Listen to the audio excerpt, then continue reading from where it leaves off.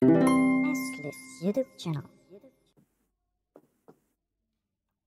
Ya, pada pagi hari ini saya akan membawakan PLM yang berjudul Strategi dalam Pengambilan Keputusan yang Baik. Dalam pengambilan keputusan yang baik, itu pernah kita dihadapkan pada pertanyaan-pertanyaan seperti apakah pernah berada dalam kondisi yang sangat sulit dalam mengambil suatu keputusan, dan juga apakah menghadapi lingkungan di mana setiap orang merasa perlu diikut-sertakan dalam proses pengambilan keputusan dan tidak dapat membuat keputusan sampai mereka semua mengatakan ya. Dalam presentasi kali ini saya akan membahas definisi pengambilan keputusan, apa saja risiko dan bagaimana proses yang dapat diambil agar keputusan itu menjadi lebih baik. Gitu. Dimulai dari definisi, pengambilan keputusan dapat dianggap sebagai suatu hasil atau keluar dari proses mental atau kognitif yang membawa pada pemilihan suatu jalur tindakan di antara beberapa alternatif yang tersedia.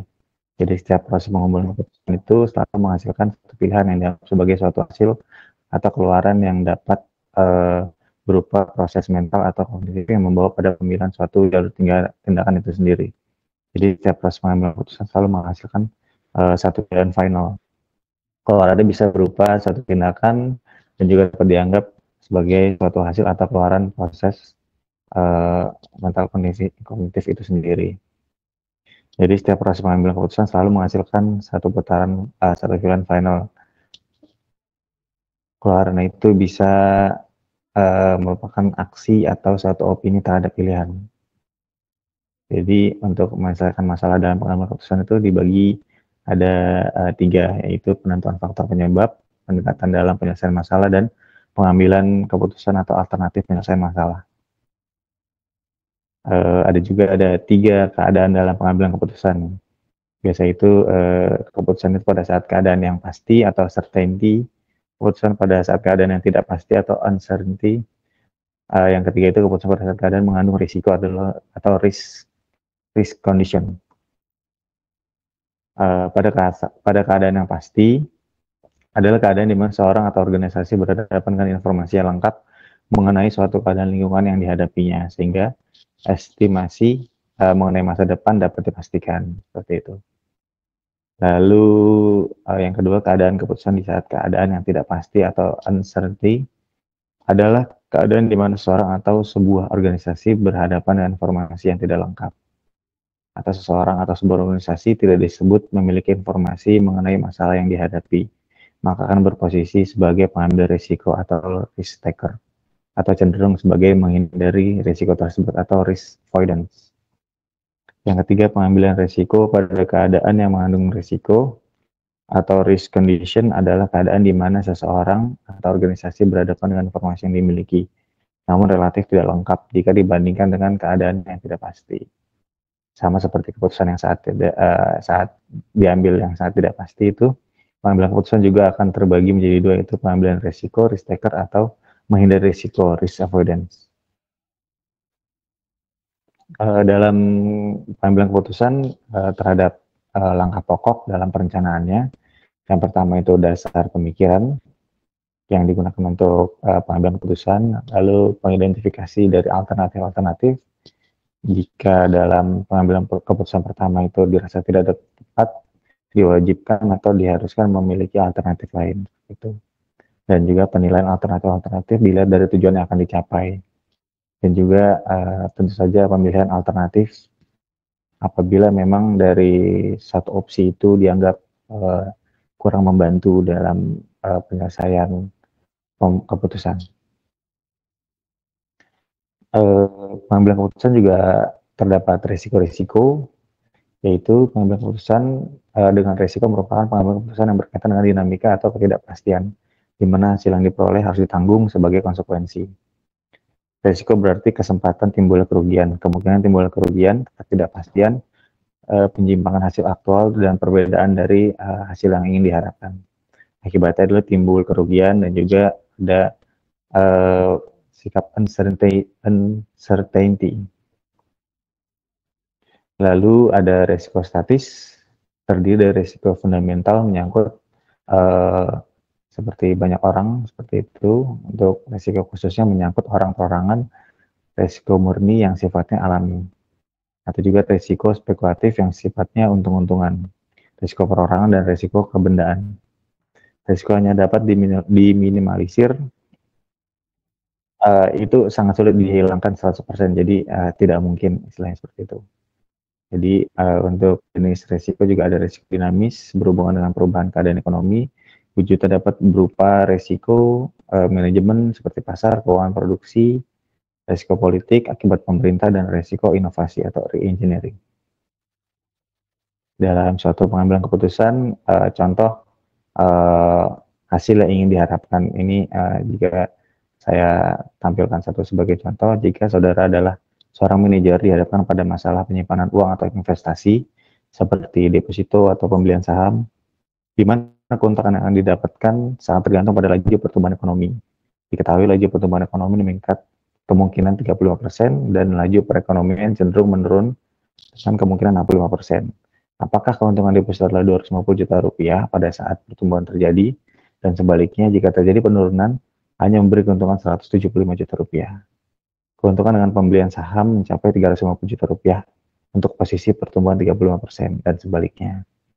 Dan itu hanya mendapatkan sekitar 125 juta rupiah pada saat penurunan ekonomi.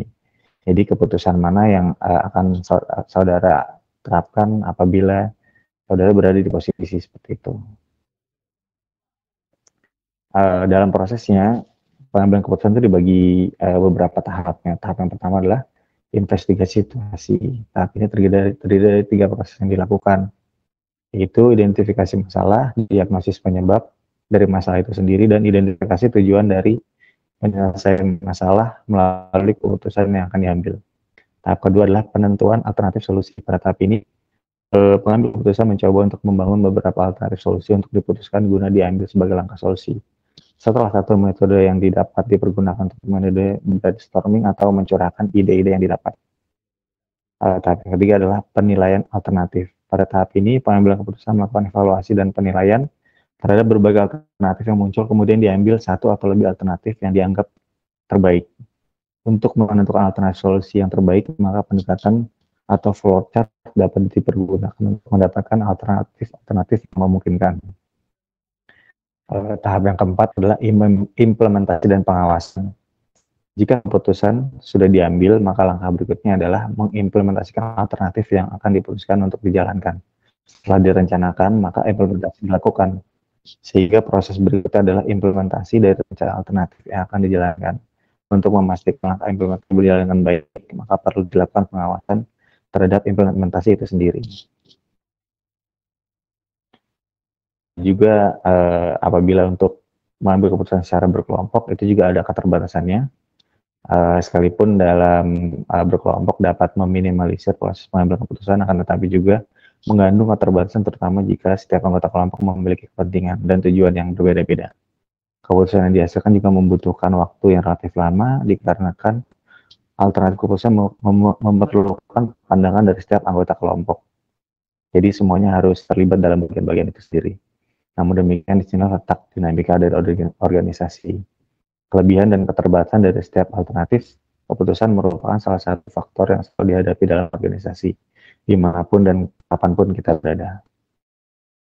Jadi kesimpulan yang saya dapat sampaikan dari presentasi kali ini adalah, saat ingin menerapkan proses pengambilan keputusan dengan baik, identifikasi keputusan yang perlu Anda buat, kemudian bersiaplah untuk membuat keputusan, memutuskan, berkomunikasi, mengeksekusi, mengukur, dan menyesuaikannya.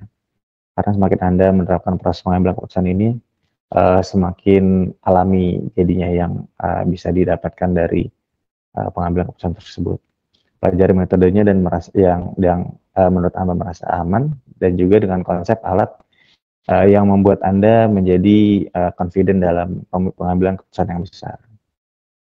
Sekian dan terima kasih. Iya, halo, suara aku kedengar nggak ya? Dengar, Kak. Iya, oke. Thank you ya Mas Heru atas materinya. Wah, Ya, thank you, pagi-pagi udah lumayan berat ya. Cuman agak pas sih timingnya. Kebetulan kan di sini mungkin teman-teman di sini kalau ada yang nggak, kan banyak nama-nama baru ya. Jadi untuk teman-teman magang peserta periode 2024-2025 tuh udah mulai join gitu. Nah, materi ini menurut aku pas sih, maksudnya untuk menyambut teman-teman ya, karena basically kan kayak keputusan itu terjadi di setiap saat sebetulnya dari kita bangun, keputusan kita mau bangun apa enggak itu kan semuanya di diri kita ya. Dan memang ya untuk mengambil sebuah keputusan itu mungkin kita kayak ya udah sih tinggal pilih A atau B. Tapi kan sebenarnya ada teorinya ya yang tadi dipaparkan Mas Heru tuh ada 4 tahap gitu dan itu menurut aku dengan walaupun kita udah jalani nih pas di remind lagi ada teorinya oh iya sih bener ketika kita mau ngambil suatu keputusan secara nggak sadar ini pengalaman pribadi aku ya secara nggak sadar pasti yang pertama cari data referensi pendukungnya gitu kan kenapa sih kita harus memutuskan untuk memilih A misalkan lalu kalau misalkan A gagal tuh gimana itu kan berarti tahap kedua ya alternatif solusinya apa gitu terus yang pengawasan dan implementasi akhirnya dan iya sebelum di remind terhadap teori yang tadi disampaikan Mas Heru sebenarnya kita pun sudah secara nggak langsung melakukan itu cuman ternyata divalidasi sama pemaparan Mas Heru yang which is berarti ya memang betul nih apa yang sudah kita lakukan gitu nah kalau untuk apa ya mungkin yang relate ke teman-teman khususnya anak-anak magang baru ya menurut aku setiap apa yang kalian impikan ya tergantung dengan keputusan kalian dimulai kayak sekarang nih kalian mendapatkan kesempatan untuk magang di SLI selama 1 tahun misalkan keputusan kalian untuk bisa dengan sungguh-sungguh memanfaatkan waktu magang kalian dengan baik sehingga ya hasilnya ya pasti lebih baik dibandingkan sama teman-teman yang memang memiliki keputusan ya udahlah biasa aja deh magang segitu-gitu aja gitu. Nah, itu pasti kan ya pengalaman yang didapat juga nggak semaksimal yang memang bersungguh-sungguh gitu. Jadi sebenarnya ya ini start kalian untuk menentukan apa ya kedepannya kalian mau gimana gitu kan. Ini kan benar-benar keputusan yang starting di awal yang menentukan selanjutnya gitu. Nah itu coba kalian pertimbangin dengan 4 tahap yang tadi Mas Heru udah sampaikan sih gitu. Sama uh, kalau kita sudah bekerja gitu ya itu sering banget sih aku sih ngalamin mungkin Mas Heru juga ngalamin ya Mas apalagi kan di project telesupport ya keputusan itu pasti selalu aja dihadapkan dengan beberapa keputusan bahkan kalau kalian main game deh dulu aku sering bukan sering ya aku seneng main Harvest Moon biasa kan kita kalau di Harvest Moon ngomong sama siapa gitu kan itu ada pilihannya mau yang atas apa yang bawah. Nah, kalau yang atas nanti reaksi dari yang kita ajak bicara berbeda sama yang bawah gitu. Itu kan sebenarnya udah dilatih untuk ya udah ngambil keputusan gitu dengan cara kita mikir kan. Oh, kalau yang atas nanti kalau dulu tuh saya ingat aku ya kalau kita mau eh kita suka nih sama siapa misalkan karakternya nama Popuri gitu seingat aku ya kalau itu berarti setiap ada percayanya apa kita harus bikin dia seneng tapi kalau misalnya kita nggak suka sama si Popuri ini ya kita pilih balasan yang memang sekiranya membuat dia benci kita gitu supaya dia nggak suka sama kita nah itu sebenarnya kan kita udah tahu nih kalau kita ambil keputusan jawaban yang A nanti efeknya apa ke kita gitu alternatifnya apa gitu jadi menurut aku ya kita nggak bisa dilepaskan deh dengan untuk pengambilan keputusan ini. Jadi ya ini bagus buat kita semua sih, maksudnya untuk merenungi lagi bahwa ya sekecil apapun ya tetap sebuah keputusan dan itu pasti ada resikonya ya. Gitu. Itu yang harus di apa renungkan lagi sama teman-teman. Paling itu aja sih dari aku. Thank you ya Mas Heru atas topiknya hari ini. Ini terkait pengambilan keputusan ya. Kalau tadi kan saya lihat ada 4 keputusan ya, yang salah satunya itu ada seperti implementasi. Contohnya mungkin pas saya udah memikirkan gitu, langkah-langkah keputusan yang ingin saya ambil, namun ketika implementasinya ternyata ada yang tidak sesuai. Kira-kira ada cara buat menguranginya tidak ya? Mungkin itu. Kan tadi kalau yang sebelumnya kan ada kayak pengambilan data, terus apa ada implementasi, pokoknya bisa ininya ya, apa dilihat boleh yang ke tahap ketiga ya atau keempat gitu. Ini kan tahap pertama, tahap kedua ya. Nah ini yang tahap keempat kan ada implementasinya ya. Karena biasanya kan setelah adanya keputusan kan nggak bisa selalu jalan sesuai dengan yang kita inginkan ya. Nah itu ada cara untuk menguranginya nggak ya? Paling itu aja sih. Jika Arif Zaki, paling untuk menguranginya itu lebih ke ini sih, Kak. Lebih ke matangkan atau direncanakan apa yang ingin diputuskan terlebih dahulu sih, paling seperti itu. Dan juga apabila memang dari keputusan itu memang tidak ada yang memberikan impact atau kurang tepat seperti itu bisa memberikan atau memikirkan alternatif implementasi yang lain seperti itu sih, Karif. Oke, halo Mas Heru. Salam kenal Mas Heru. Iya Kak Gusti, salam kenal. Ini keren banget materinya. Saya baru banget diskusi dengan tim ini, tiba-tiba beneran saya yang kena ya. Oke, terkait dengan pembahasannya strategi pengambilan keputusan ya. Berkaitan Betul. dengan hal ini memang kadang setiap manusia itu punya punya keraguan di dalam hati ya, di mana setiap keraguan itu pasti jauh lebih besar dibandingkan rasa percaya diri gitu. Ketika kita mengungkapkan untuk mengambil sebuah keputusan, jangankan dalam pengambilan keputusan untuk mengerjakan sebuah tugas ya. Dalam kehidupan sehari-hari aja kadang kan kita suka bimbang ya. Ini kira-kira mau lewat jalan mana ya? Jalan ke sini atau jalan ke sini gitu. Nanti kalau lewat sini macet. Udahlah belok kiri aja deh. Ternyata justru yang kita belok kiri itu malah lebih macet dibandingkan yang belok kanan gitu ya. Nah itulah makanya rasa percaya diri itu perlu kita embankan ya di dalam diri kita supaya lebih matang. Jadi ketika kita mengambil sebuah keputusan, alangkah baiknya kita sudah memprediksi, istilahnya mungkin kita lebih visioner gitu ya. 1-5 detik ke depan kira-kira apa yang akan terjadi gitu. Biasanya saya kalau seperti ini tuh belajarnya dari ini ya, dari Pak Matius, Pak Markus gitu ya.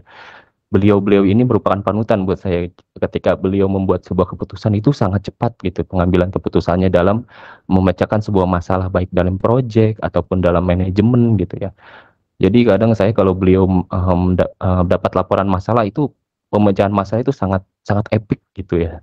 Jadi mungkin udah legend gitu ya beliau-beliau ini ya. Gitu. Jadi berkaitan dengan hal itu memang kita biasakan tuh dalam diri sendiri gitu. Sudah memastikan gitu. Ketika kita mengambil sebuah keputusan A, kira-kira ada permasalahan apa yang akan dihadapi. Berarti kita harus mempersiapkan plan B, plan C gitu kan. Jadi seperti itu. Itu aja sih tambahan dari saya teman-teman. Itu. Makasih Mas Heru ya. Makasih semuanya.